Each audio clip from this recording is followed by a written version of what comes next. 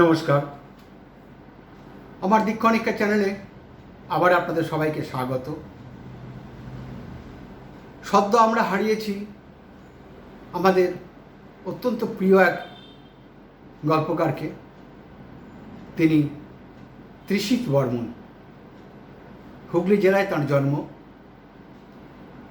একটু বেশি বয়সেই তিনি লেখার জগতে আসেন। 1994 সাল থেকে তিনি লেখালেখি করতেন। শিশু কিশোরদের জন্য তার প্রচুর লেখা আছে এবং বেশ কটি সংকলনও আছে, যেমন বুলবুলের বাসা, বুনোল, বাঘা তেঁতুল। তাছাড়া তিনি গল্প লিখতেন, অত্যন্ত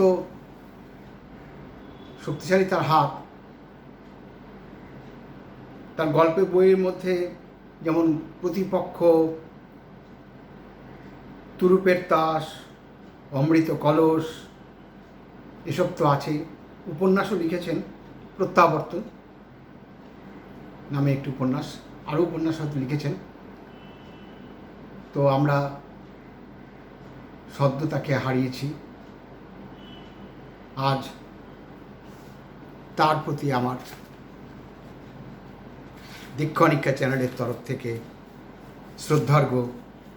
তার একটি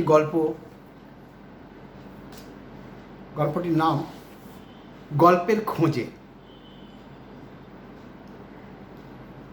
চারপাশের উঁচু নিচু রুক্ষ টিলার গায়ে তখনও এলিয়ে আছে বেলা শেষের রোদ্দুর।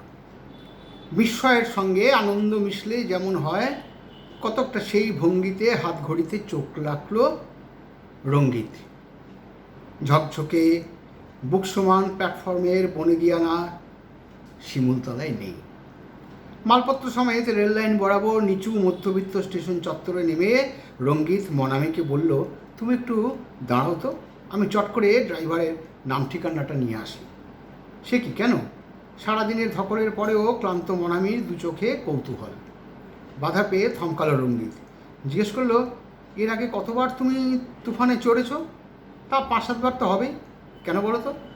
রঙ্গিত হাসতে হাসতে বলল, পাবলিক তুফানের নাম শুনলেই ভিড় মিখায়। সেই তুফান এক্সপ্রেস ঘড়ির কাঁটা ধরে গন্তব্যে ঢুকছে, এমন আজব ঘটনা কখনো ঘটেছে এর আগে? তাই তো, বলে নিজের হাত ঘড়ির দিকে চোখ রাখলো মনামি। তবে এমন অসম্ভব কাণ্ডটা যিনি সম্ভব করলেন, তার নাম ঠিকানাটা নিতে হবে না? আরে বাবা, পদ্মশ্রীর জন্য রেকমেন্ড না করতে পারি, নিজের পক্ষে কাগজে একটা চিঠি লিখে কৃতজ্ঞতা জানাতে দোষ কি? মনামির বাদ ভাঙা হাসি শুনেই বোধ করি তুফানের দীর্ঘ গর্বিত শরীর ফের খুশিতে দুলে উঠল। রঙ্গিতটা এত অসভ্য না? মাঝে মধ্যে এক একটা এমন জুৎসুই রসিকতা করে যে বলবার নয়। মনামির ক্লান্ত শরীর মন বিলকুল চাঙ্গা হয়ে গেল। প্ল্যাটফর্ম সমতল হওয়ায় মালপত্র সমেত ওভারব্রিজ পার হওয়ার ঝক্কি নেই। 3 জোড়া রেল লাইন টপকে ওপারে গেলেই অটো স্ট্যান্ড। দুটো বড়সড় ব্যাগ রঙ্গিতের দু কাঁধে। ডান হাতের বিকসপারে মনামির অস্থায়ী সংসার। শিমুলতলায় নিজের রান্না করা ছাড়া গতি নেই। সবেধন নীলমণি সৃজনী হোটেলে খেতে গেলে আগাম বুক করতে হয়। 5 বছরের ব্যবধানে রঙ্গিত মনামির এই নিয়ে দ্বিতীয়বার। কলকাতায় বসেই ওরা খবর পেয়েছিল হলদি ঝর্ণার দিকে নাকি মাওবাদীরা নতুন আস্তানা গেড়েছে। 2006 সালে শিমুলতলায় বিদ্যুৎ নেই। সন্ধ্যের অন্ধকার নামলেই বেশিরভাগ এলাকা প্রেতপুরি। এতগুলো অসুবিধে সত্ত্বেও শিমুলতলার চোরা টানটা এড়াতে পারেনি ওরা। প্রথমবারের অভিজ্ঞতায় অনেক ঋদ্ধ হয়েছে মনামি। রঙ্গিত সারাদিনে অনেকবার চা কফি খায়। প্যাকেট মশলাপাতি, অল্প স্বল্প চাল ডালের সঙ্গে ভালো চা পাতা, চিনি আর গুঁড়ো দুধ বিকসপারে ঢোকাতে ঢোকাতে মনামি বলেছিল, খাওয়া আর ঘুমোনো ছাড়া শিমুলতলায় করবার আছেটা কি? হ্যাঁ, রান্না করলে তো বরং কিছুটা সময় কাটবে। কাজের জায়গা ছাড়া পাজামা পাঞ্জাবি রঙ্গিতের সবচেয়ে পছন্দের।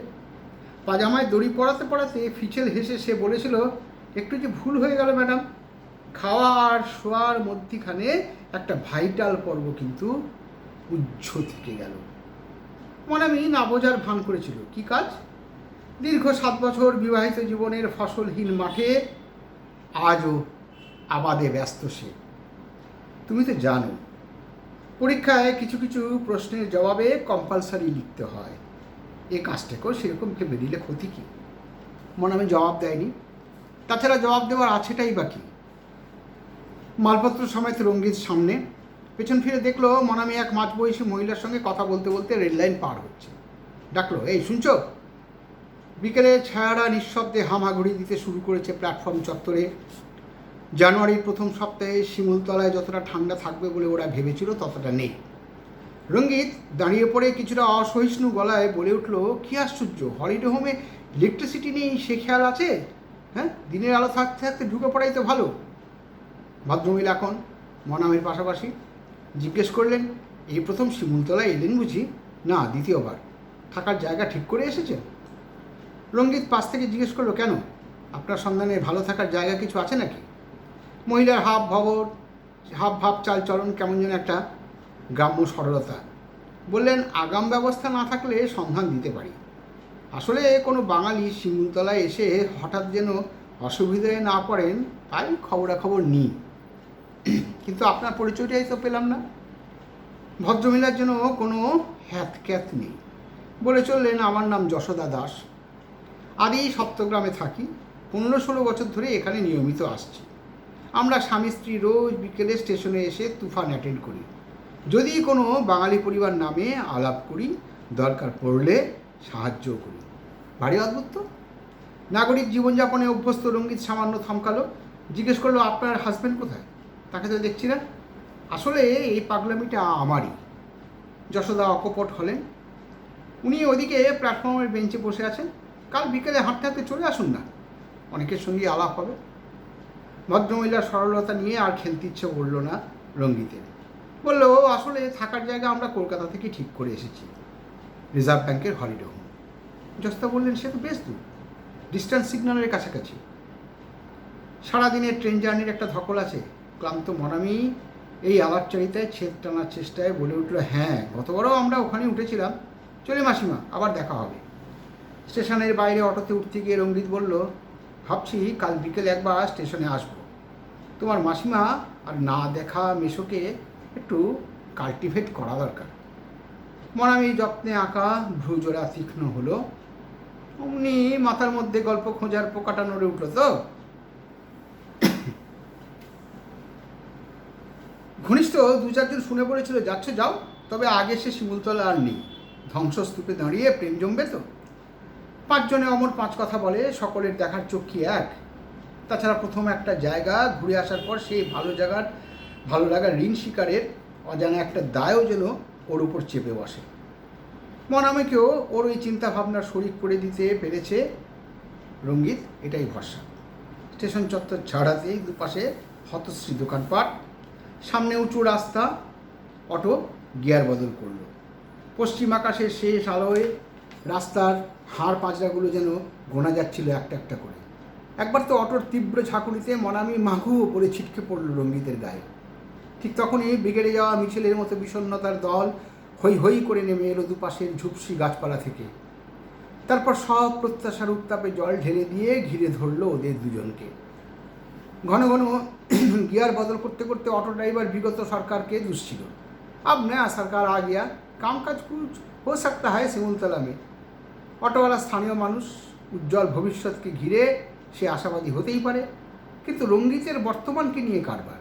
চারপাশের প্রায় নিষ্পত্র শুকনো গাছপালার দিকে তাকিয়ে সে বলে উঠল, আমরা কি সত্যি ভুল করলাম মনামি?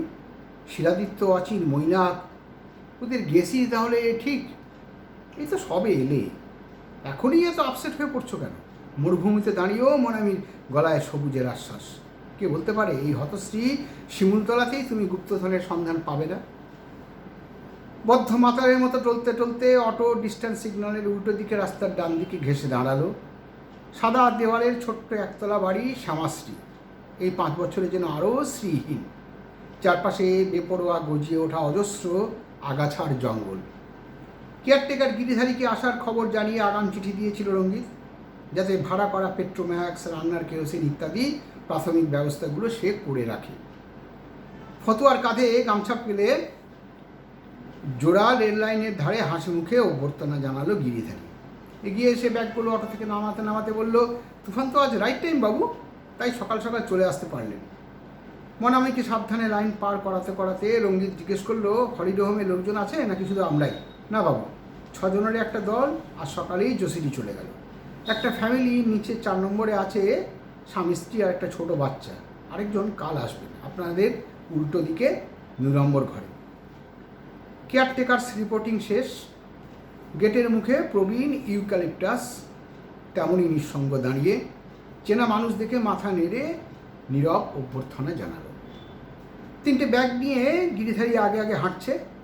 গেট থেকে অনেকটা ভেতরে হলিডে হোমের পাকা দোতলা বাড়ি। 5 বছর আগে পুরো চত্বরটাই ছিল ফুলের বাগান। হরেক রকমের মরশুমি ফুলে ভরে থাকতো বিশাল এলাকা। এখন গেট দিয়ে ঢুকে প্রচণ্ড ধাক্কা খেল রঙ্গিত। মনে হলো সে যেন ভুল করে কোনো শ্মশান চত্বরের মধ্যে ঢুকে পড়েছে।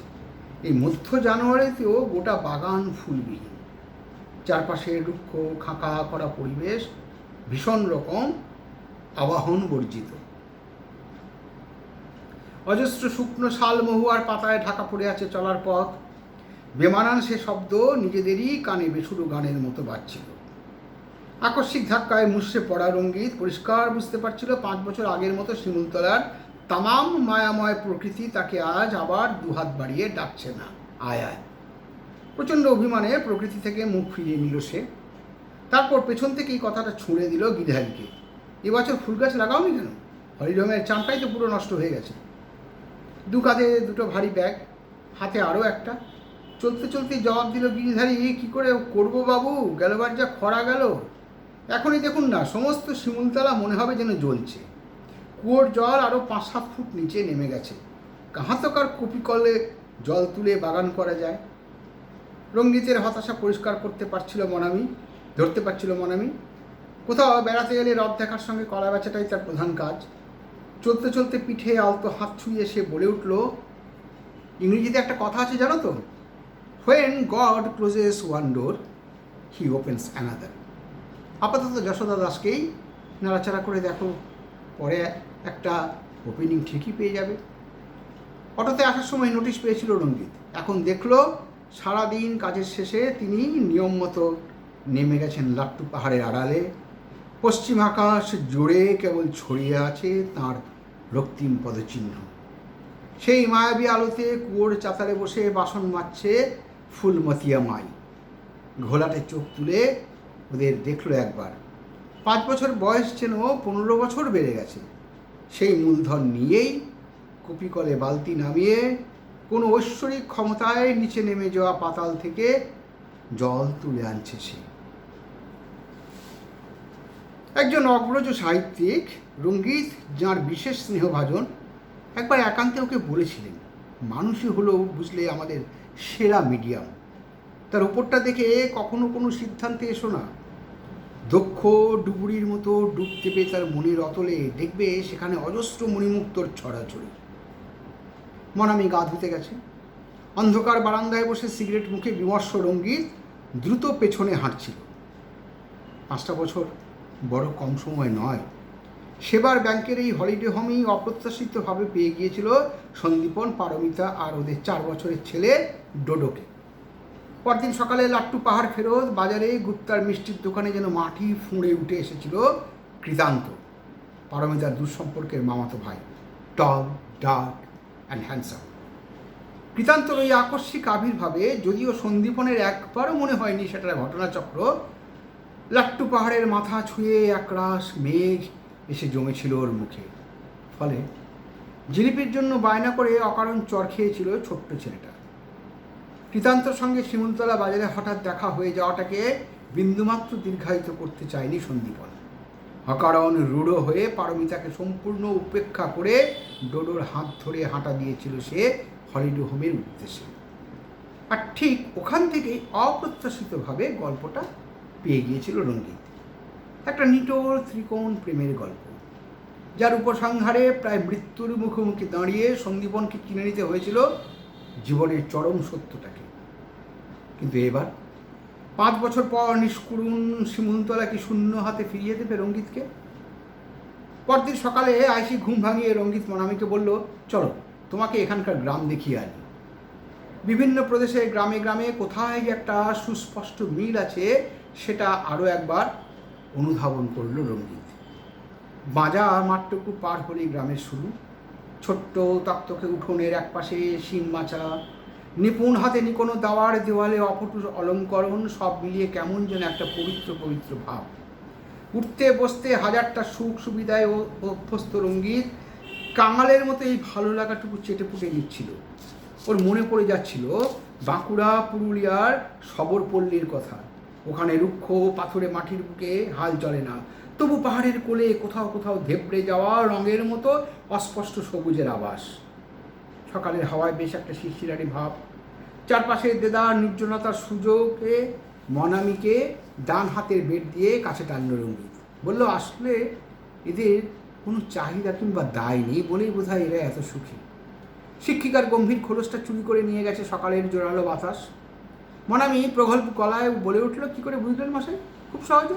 রঙ্গিত ব্যাখ্যা দিল, দেখো, রেশন কার্ড, ছেলেমেয়ের চাকরি কিংবা সরকারি কন্ট্রাক্ট পাওয়ার জন্য উমিদারি করতে হয় না। হাসপাতালে ভালো চিকিৎসা পাওয়ার জন্য নেতা ধরার দরকার নেই। মোটা চাঁদার জন্য পাড়ার মস্তানদের চোখ রাঙানি কিংবা ইনকাম ট্যাক্সের ঝামেলা পোহাতে হয় না। দিব্যি দুবেলা যা জুটছে হাসি মুখে তাই খাচ্ছে। অথচ কি? মনামি চশমার পেছনে দুটো চোখ সংশয় জড়ানো জিজ্ঞাসা চোখে। সকালের পবিত্র বাতাসে দীর্ঘশ্বাসের দূষণ ছড়ালো রঙ্গিত। অথচ দেখো, এত সব নেয়ের মধ্যেও ওরা কত সুখী। বছর বছর ওদের তক্তকে আঙিনা জুড়ে কেমন খেলে বেড়ায় দেব শিশুর দল। হাত খাওয়া পেটে এত উর্বরতা কোত্থেকে যে আসে কে জানে।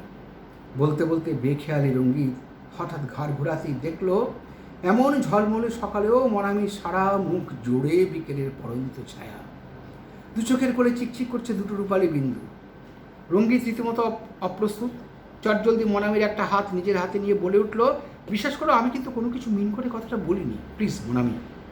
ম্লান হেসে সর্বংসহার ভঙ্গিতে হাতটা ছাড়িয়ে নিল মনামি।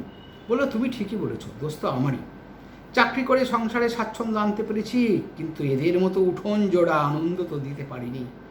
তুমি বোধহয় বৃথাই ফসলের স্বপ্ন দেখছো রঙ্গিত।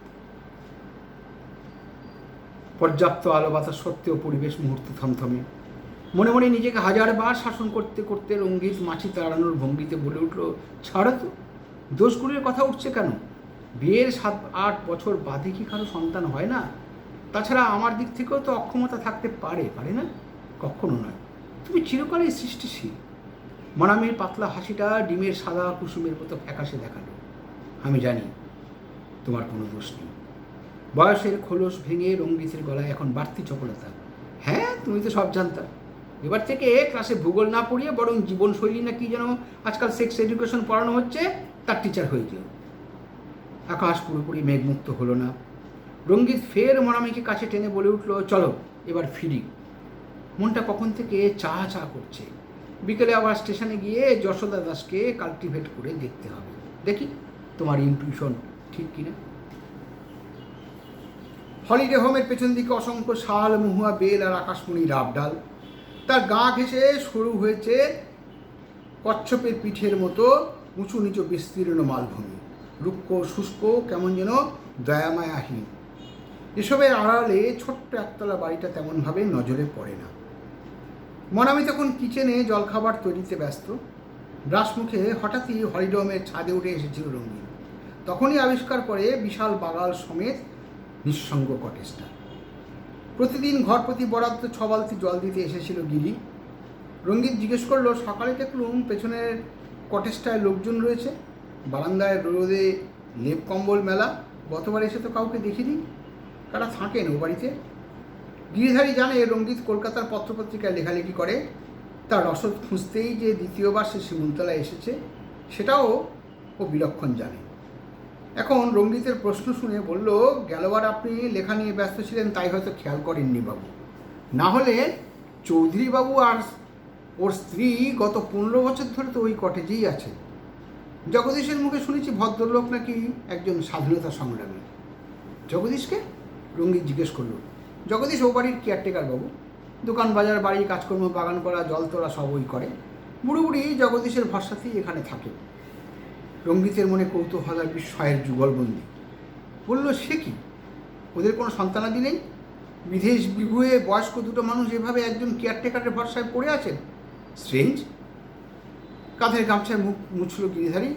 শুনেছি ওদের এক মেয়ে আছে, দিল্লিতে থাকে, 4-5 বছর অন্তর একবার করে আসে, তবে জামাইকে কোনোদিন আসতে দেখিনি।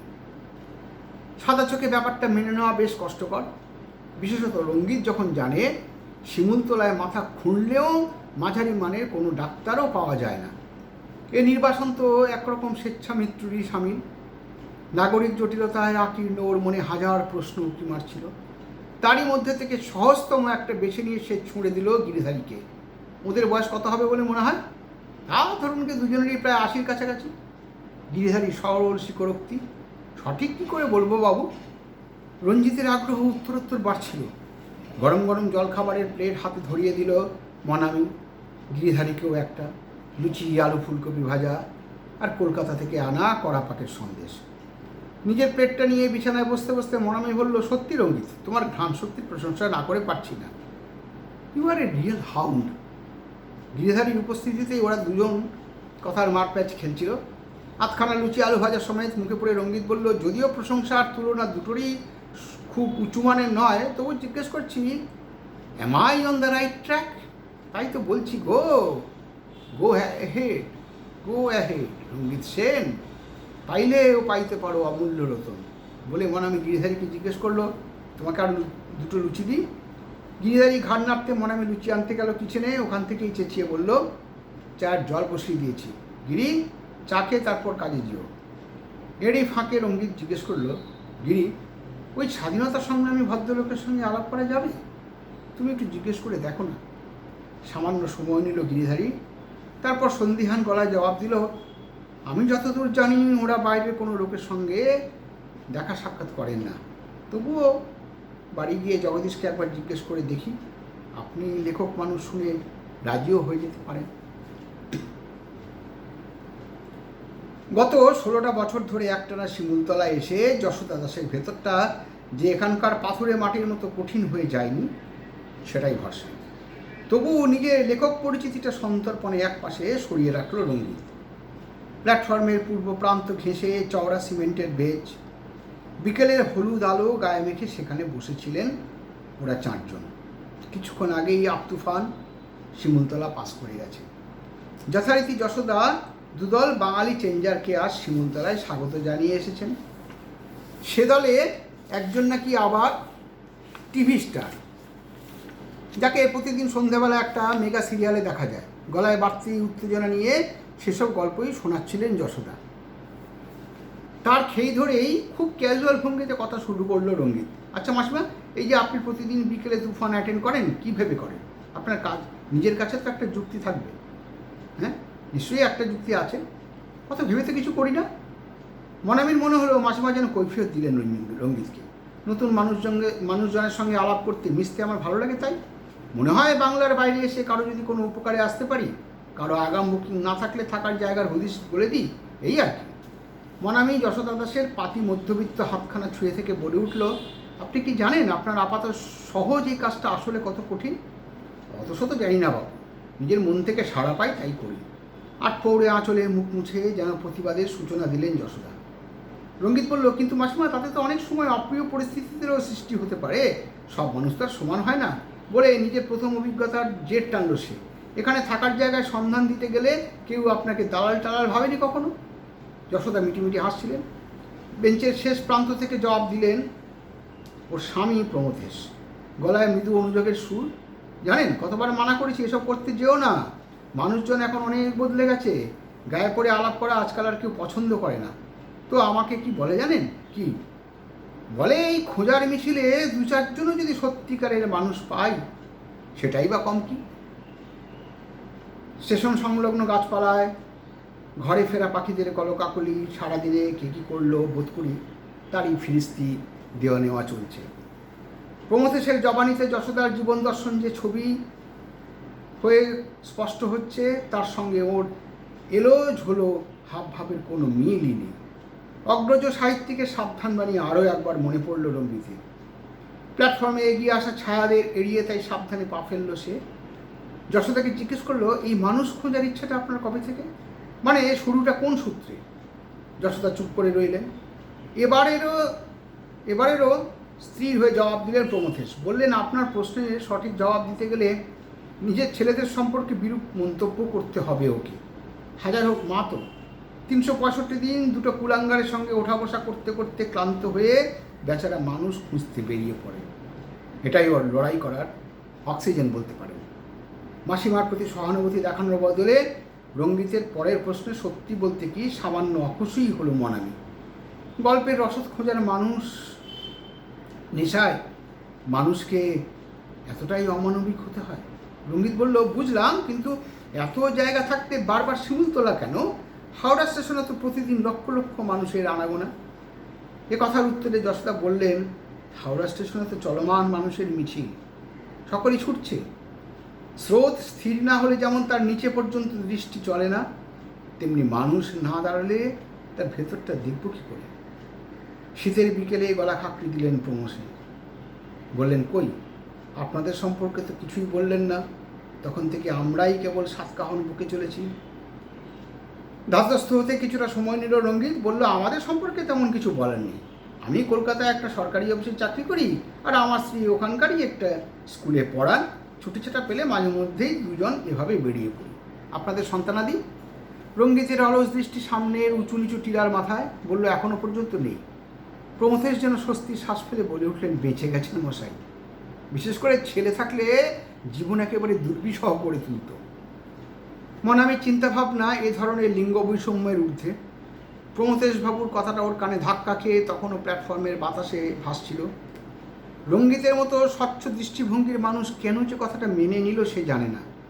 প্রতিবার মিলনের পর যে অনাস্বাদিত মাতৃত্বের আশায় সে প্রতিনিয়ত দিন গুনে, তার কানে কথাটা ভালো না লাগারই কথা। ঈষৎ বিরক্তি মেশানো গলায় মনামি বলে উঠল, কেন? ছেলেরা তো আপনাদের এক সংসারেই রেখেছে, বৃদ্ধাশ্রমে তো আর পাঠিয়ে দেয়নি। উপায় থাকলে তাই দিত ম্যাডাম, কিন্তু সে গুড়ে বালি। প্রমথেশ কথাটা যেন লুফে নিল। ঘর বাড়ি সব আমার নামে উইল করা, আমার অবর্তমানে সেসবের অধিকার বর্তাবে আমার স্ত্রীর উপর, যতদিন তিনি জীবিত থাকবেন। কাজে আমরা দুজন চোখ না বুঝলে ছেলেদের কোনো আশাই নেই। রঙ্গিত মনামি দুজনেই নিশ্চুপ।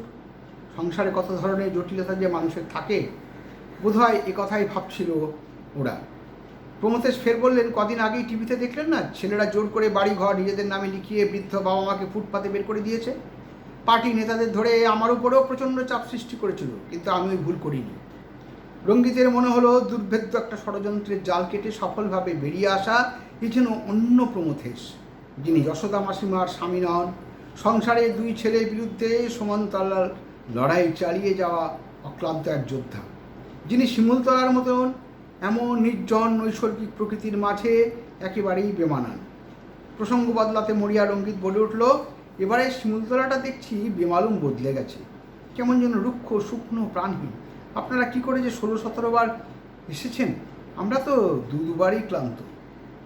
এতক্ষণে ফের মুখ খুললেন যশোদা। বললেন, ওখানেই তো শিমুলতলার রহস্য। এই পালাই পালাই ভাবের মধ্যে কোথা থেকে যে জীবনের খোরাক পেয়ে যাবেন নিজেই বুঝতে পারবেন না। মনে হবে আবার আসে। মহিলাকে যত দেখছিল ততই বিস্ময় বাড়ছিল রঞ্জিতের। এখন চকিতে ওর মনে হলো, ভাগ্যিস যশোদা মাসিমা লেখার খোরাক বলে বসেননি। জগদীশ মারফত সব ব্যবস্থা পাকা করে রেখেছিল গিরিধারী। পরদিন বিকেল 4টে নাগাদ চৌধুরী লজে যাওয়ার জন্য তৈরি হচ্ছিল রঞ্জিত। আমি ঠিকই বলেছি, এখন আর শিমুলতলাকে ততটা অকরুণ বলে মনে হচ্ছে না। মনামি বলল, তুমি তো ওখানে যাচ্ছ গল্পের মশলা খুঁজতে, আমি গিয়ে কী করবো? তার থেকে বরং নিচের তলায় আবির সুমিতাদির সঙ্গে নতুন ফার্ম হাউসটা ঘুরে আসি। গিরিধারী সঙ্গে করে চৌধুরী লজের গেট পর্যন্ত পৌঁছে দিয়ে গেল। নুড়ি বিছানো রাস্তার দুপাশ থেকে বাগানের শুরু। রঙ্গিত দেখল শীতের পড়ন্ত রোদ কি নিবিড় আনুগত্যে লুটিয়ে আছে নিঃসঙ্গ বৃদ্ধ দম্পতি সযত্ন লালিত বাগানময়। বিশেষ কেউ আসে না বলেই হয়তো অতিথিকে স্বাগত জানাতে বারান্দায় দাঁড়িয়েছিলেন ওরা। প্রথম চোটেই বেমক্কা ধাক্কা খেল রঙ্গিত। ভদ্রমহিলার ছোটোখাটো ঝুঁকে পড়া চেহারা আর ভগ্ন স্বাস্থ্য দেখে ওকে যথেষ্ট শক্তপোক্ত ভদ্রলোকের স্ত্রী বলে ভাবতে কষ্ট হচ্ছিল। প্রাথমিক আলাপ পরিচয়ের পর দময়ন্তী চৌধুরী বললেন, গিরি বলছিল বটে আপনি একজন লেখক। এখন রঙ্গিত সেন নামটা শুনে মনে হচ্ছে আপনার কিছু লেখা আমি পড়েছি, তবে ইদানিং আর সাহিত্য তেমন করে পড়া হয়ে ওঠে না। প্রাথমিক প্রতিক্রিয়াটা কাটিয়ে উঠেছিল রঙ্গিত। এখন হাত দুটো জোর করে সবিনয়ে বলে উঠল, আমি বয়সে আপনার সন্তান তুল্য, দয়া করে আপনি আজ্ঞে করবেন না। 80 পার করলেও সতীনাথ চৌধুরীর কাঠামো এখনও বেশ মজবুত। একে পুরনো দিনের মানুষ, তাই স্বাধীনতা সংগ্রামী। রঙ্গিতের প্রস্তাব শুনে যে বিলক্ষণ খুশি হয়েছেন সেটা তার মুখ দেখেই বোঝা গেল। বললেন, আপনি মানে তুমি কি চাকরি বাকরি কিছু করো নাকি শুধুই লেখালেখি? এখনকার লেখকরা তো শুনি লিখে ভালোই রোজগার করেন। রঙ্গিত হেসে বলল, সেটা ঠিক, তবে শুধু লিখে সংসার চালানোর মতো বুকের পাটা আমার নেই। সেটা পারতেন সমরেশ বসুর মতো শ্রদ্ধেয় লেখকরা। আমি কলকাতায় একটা সরকারি অফিসে চাকরি করি। দময়ন্তীর কোঁচকানো চামড়ার আশ্রয়ে একজোড়া ব্যতিক্রমী উজ্জ্বল চোখ, যেন জোর করে বসিয়ে দেওয়া সে গভীরতর তল ঠেলে এক মুঠো সস্নেহ হাসি ঝিলিক মারছে সেখানে। চোখ দিয়ে হাসতে খুব কম মানুষই পারি। বললেন, তোমরা গল্প করো, আমি একটু কফি করে আনি। রঙ্গিত উসখুস করছিল। সীমন্তলার প্রাকৃতিক পরিবর্তন, গাছপালার পরিচর্যা কিংবা বিদ্যুতের লাইন না থাকা, এসব নিয়ে কাহাতকার কথা বলা যায়। মরিয়া রঙ্গিত ঠেলে ঠুলে প্রসঙ্গে ঢুকে পড়ল। জিজ্ঞেস করলো, বাই বার্থ আপনি তো পূর্ব পাকিস্তানের মানুষ, ঠিক কোন সালে অ্যারেস্ট হয়েছিলেন মনে আছে? ছোট্ট সাদা স্টিলের একটা ডিব্বা খুলে একটি নস্যি নাকে ছোঁয়ালেন সতীনাথ। স্বাধীনতা উত্তর যুগের মানুষ। রঙ্গিতের মনে হলো নেশাটাই তাই বোধ হয় সাবেককালের, মানানসই। বললেন, মনে আছে বই কি, সালটা 45-এর গোড়ার দিক। সেবার বেশ ঠান্ডা পড়েছিল কুমিল্লায়। তখন আপনার বয়স কত? গাছপালার মাথায় পাখিদের সংসার। অতীতচারী হয়ে সেদিকে তাকালেন সতীনাথ, যেন উত্তরটা সেখানেই লেখা আছে। তারপর অসহায় মুখটা ফিরিয়ে বললেন, বোধহয় 18-19 হবে। ম্যাট্রিক পাস করে সবে তখন কলেজে ভর্তি হয়েছি। 280 ছুঁই ছুঁই মানুষের নির্বাসন জীবন ঘিরে যেখানে মনের মধ্যে প্রশ্নের শেষ নেই, রঙ্গিত দেখল সেখানেও আতিথেয়তায় কোনো ত্রুটি রাখেননি দময়ন্তী। 3 কাপ কফির সঙ্গে 2 রকম বিস্কুট নিয়ে ফের মুখোমুখি এসে বসলেন। জিজ্ঞেস করলেন, কি কথা হচ্ছিল? রঙ্গিত এক পলক সতীনাথের দিকে তাকিয়ে বলল, ওর অ্যারেস্ট হওয়ার গল্প শুনছিলাম। কফির কাপটা রঙ্গিতের দিকে বাড়িয়ে দময়ন্তী প্রশ্নটা করলেন সতীনাথকে, তোমার অ্যারেস্টের ডিটেলসটা ওকে বলেছ? লেখক মানুষ, ডিটেলসটা জানা থাকলে পরে লেখার সুবিধে হতে পারে। তারপর রঙ্গিতের বিব্রত মুখের দিকে তাকিয়ে তার বুদ্ধিদীপ্ত ধারালো দৃষ্টিটা স্থির রেখে বলে উঠলেন, কি ঠিক বললাম তো? এত অপ্রস্তুত রঙ্গিত জীবনে কখনো হয়নি। এই বয়সেও মানুষের দৃষ্টি এতটা অন্তর্ভুক্তি হয়। রঙ্গিত এখন নিশ্চিত গল্পের মশলা খুঁজতে চৌধুরী লজে পা রাখা স্তব, তার গোপন অভিপ্রায় বুঝতে বিন্দুমাত্র দেরি হয়নি এই বুদ্ধিমতী বৃদ্ধার। জগদীশের ডাকে সতীনাথ এইমাত্র নেমে গেলেন বাগানে। যাওয়ার আগে অ্যারেস্টের ডিটেলসটা বলতে অবশ্য ভোলেননি। রঙ্গিত ভেবেছিল তার খোঁজটা মূলত স্বাধীনতা সংগ্রামী কেন্দ্রিক হবে, বেরিয়ে আসবে সেই সময়ের জীবন ছোঁয়া নানা তথ্য। কিন্তু সেটা আর হলো কই। এক একজন মানুষ থাকেন যাদের সঙ্গে কথা বলে সুখ হয় না। রঙ্গিতের মনে হলো সতীনাথ চৌধুরী অনেকটা সেই জাতের। বোতল ভর্তি জল, অথচ খেতে গেলে গায়ে পড়ে। তুলনায় দময়ন্তী চৌধুরী এই বয়সেও যেন খাপে ঢাকা শানিত কৃপান। একটু অসাবধান হলেই রক্তপাতের সম্ভাবনা। হাতে নাতে ধরা পড়ে রঙ্গিত এখন বেপরোয়া। নির্লজ্জের মতো সে দময়ন্তীর অন্দরমহলে পা রাখল। আপনিও কি কুমিল্লার মানুষ? আপনাদের পরিচয় কোথায় হয়েছিল? দময়ন্তী মৃদু হাসলেন, বললেন, আমি বুঝতে পেরেছি তোমার প্রশ্নের মধ্যে আরও বড় একটা জিজ্ঞাসা লুকিয়ে আছে। কিন্তু এখনকার লেখকদের অসুবিধাটা কি জানো? তারা শর্টকাট রাস্তায় জীবনের কঠিন অঙ্কগুলো খুব সহজে মিলিয়ে ফেলতে চায়। সত্যিকারের সাহিত্য কি এতই সুলভ? বাগানের অজস্র গাছপালায় বিকেলের ছায়ারা ঘন হয়ে আশ্রয় খুঁজছে। নিজের সঙ্গে বোঝাপড়াটুকু সেরে নিতে বোধ করি সামান্য সময় নিলেন দময়ন্তী। তারপর খুব সহজ গলায় বললেন, আমি কলকাতার একটা কলেজে বছর 15 ফিলোসফি পড়িয়েছি। ছেড়ে দিলেন কেন? 5-এর দশকের সময়টা তো আজকের মতো ছিল না। ব্যক্তিগত কিছু কিছু সমস্যা তৈরি হচ্ছিল বলে দময়ন্তী যেন এ প্রসঙ্গে ইতি টেনে দেওয়ার ভঙ্গিতে বলে উঠলেন, লেখালেখি করো যখন তখন বেড়াতে নিশ্চয়ই ভালোবাসো। রঙ্গিত বলল, হ্যাঁ, ওর স্কুলে ছুটি ছাটা দেখে আমরা দুজনে প্রায় বেরিয়ে পড়ি। নর্মদার অববাহিকা ঘোড়া আছে, ওদিকটায় গেছো কখনো? রঙ্গিত অপ্রস্তুত, বুঝতে পারছিল না এই না দেখাটা লেখক হিসেবে তার পক্ষে কতখানি ব্যর্থতা।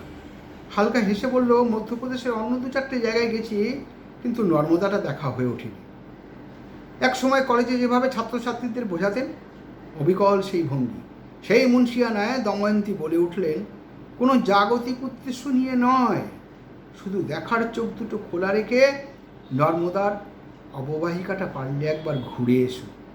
প্রাচীন ভারতবর্ষকে চিনতে পারবে, জানতে পারবে এদেশের সঠিক দর্শন। আপনি শেষ কবে ওখানে গিয়েছিলেন? সে অনেক বছর আগে। অধ্যাপিকার খোলস ছেড়ে দময়ন্তী ফের সাদামাটা গৃহকর্ত্রী। তখনই তো নর্মদা তীরে মান্ডু গ্রামের সেই অদ্ভুত মেয়েটাকে দেখি। এতদিন বাদেও সব কিছু যেন ছবির মতো দময়ন্তীর চোখের সামনে। থেমে থেমে বললেন, হাঁটতে হাঁটতে রোজই দেখি একটা অল্প বয়সী মেয়ে বড় একখণ্ড পাথরের উপর বসে এক দৃষ্টে তাকিয়ে আছে নর্মদার দিকে, অনেকটা ধ্যানের ভঙ্গিতে। কৌতূহল বড় মারাত্মক জিনিস। একদিন মেয়েটাকে জিজ্ঞেস করলাম, রোজ সে এখানে চুপচাপ বসে থাকে কেন?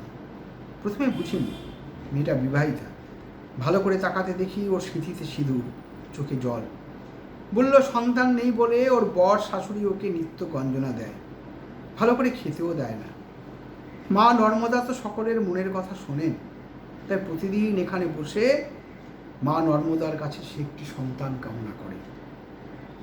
তারপর গভীর একটা শ্বাস ফেলে দময়ন্তী ফের বলে উঠলেন, দর্শনের অধ্যাপিকা হয়েও সেদিন মেয়েটির ওই আরতির মধ্যে আমি কিন্তু কোনো ভুল জীবন দর্শন খুঁজে পাইনি। আর এটাই হলো আমাদের সনাতন ভারতের ছবি। রঙ্গিত অবিশ্বাসী গলায় বলে উঠল, আপনি নিজে বিশ্বাস করেন এভাবে সন্তান পাওয়া যায়? আমার বিশ্বাস অবিশ্বাসে কি আসে যায়? প্রাক্তন অধ্যাপিকা দময়ন্তীও যেন ক্রমশ হারিয়ে যাচ্ছিলেন জীবন সত্যের অন্য পিঠে, সনাতন ভারতের মূল সুরের মধ্যে। বললেন, সারা দেশ জুড়ে এত যে মন্দির বিগ্রহ, মানুষ কিছু না পেলে সেগুলো এত রমরমিয়ে চলছে কিসের জুড়ে? ভাঁড়ারে আলোর ইতিমধ্যেই টান পড়েছে। বাগান ছেড়ে সতীনাথ ফের উঠে এসেছেন বারান্দায়। রঙ্গিত আসার জন্য উঠে দাঁড়িয়েছিল। কি মনে হলো চৌধুরী দম্পতিকে অপ্রস্তুতে ফেলে স্বভাব বহির্ভূতভাবে সে দুজনের পায়ে হাত দিয়ে প্রণাম করে ফেলল। অনেক রাতে মনামের উত্তপ্ত আলিঙ্গনে হাঁসফাঁস করতে করতে আজও একটা আবাদ সেরে ফেলল রঙ্গিত। জল খেয়ে সিগারেট ধরিয়ে হঠাৎ সে মনামিকে জিজ্ঞেস করল, এই নর্মদার ওদিকে বেড়াতে যাবে? প্রশ্নটা এতটাই বেমানান আর অপ্রাসঙ্গিক যে সেটা একটা অন্ধ পতঙ্গের মতো ঘুরে বেড়াতে লাগলো সমস্ত ঘরময়। ব্লাউজের হুক লাগাচ্ছিল মনামি। মুখ তুলে অবাক গলায় জিজ্ঞেস করলো, একটা বেড়ানোই তো এখনো শেষ হয়নি, এর মধ্যে হঠাৎ নর্মদা কেন? গল্পের খোঁজ পেয়েছ বুঝি? ভাষা ভাষা জবাব দিল রঙ্গিত, গল্প না, জীবন। তবে সেটা বলতে পারবো না। বাইরে হলিডে হোমের বাগান জুড়ে অসংখ্য জোনাকির দাপাদাপি। মনামি এখন বাথরুমে। সিগারেটের শেষাংশটা টুসকি মেরে জানলা দিয়ে ফেলতে গিয়ে আচমকা নিশ্ছিদ্র অন্ধকারের মধ্যে নিজেকে স্পষ্ট চিনে ফেলল রঙ্গিত। আর তখনই মনে হলো গল্পের খোঁজে বারবার সে যশোদা দাস কিংবা দময়ন্তী চৌধুরীর কাছে ছুটে ছুটে যাচ্ছে কেন? একটা ভয়ঙ্কর হাহাকারের গল্প তো সে দীর্ঘদিন ধরে তার নিজের মধ্যেই সযত্নে লুকিয়ে রেখেছে। নমস্কার।